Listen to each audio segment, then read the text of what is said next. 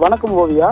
திருவள்ளூர் மாவட்டம் திருத்தணி அருகே உள்ள பிடி புதூர் கிராமத்தில் வசிப்பவர் சத்யநாராயணன் நந்தினி தம்பதியினர். இவர்களுக்கு திருமணமாகி 2 பெண் குழந்தைகள் உள்ள நிலையில் முதல் பெண் குழந்தைக்கு பார்த்தோம்னா 3 வயது உள்ளது. இரண்டாவதாக பிறந்த பெண் குழந்தை பிறந்து 52 நாட்கள் ஆகிறது. அந்த குழந்தை பார்த்தோம்னால் ஐஸ்வர்யா என பெயரும் சூடப்பட்டுள்ளது. இந்நிலையில் பார்த்தோம்னால் கடந்த டிசம்பர் 8ஆம் தேதி பெண் குழந்தை ஐஸ்வர்யாவுக்கு அவரது தாய் பால் கொடுத்ததாக கூறப்படும் நிலையில் பால் கொடுத்து தூங்கிவிட்டதாகவும் அதை கொண்டு போய் பெட்டில் படுக்க வைத்து சென்றதாக கூறப்படுகிறது. இந்த நிலையில் பார்த்தோம்னால் குழந்தை பால் குடித்து தூங்கி கொண்டிருந்த குழந்தை இறந்து விட்டதாக கூறி உறவினர்களை அழைத்து சுடுகாட்டில் உள்ள அந்த குழந்தையின் சடலத்தை புதைத்துள்ளனர்.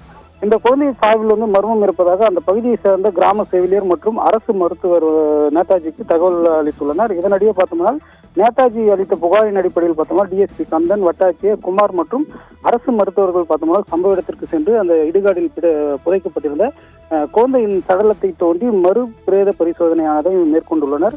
குறிப்பாக மறு பிரேத பரிசோதனை செய்யப்பட்டுள்ள அந்த குழந்தை உண்மையாகவே மர்மமாக இருந்துள்ளதா அல்லது இயற்கையாகவே பால் குடித்த போது மூச்சு திணறல் ஏற்பட்டு இருந்ததா என்று விசாரணையானது தற்போது மேற்கொண்டு வருகின்றனர்.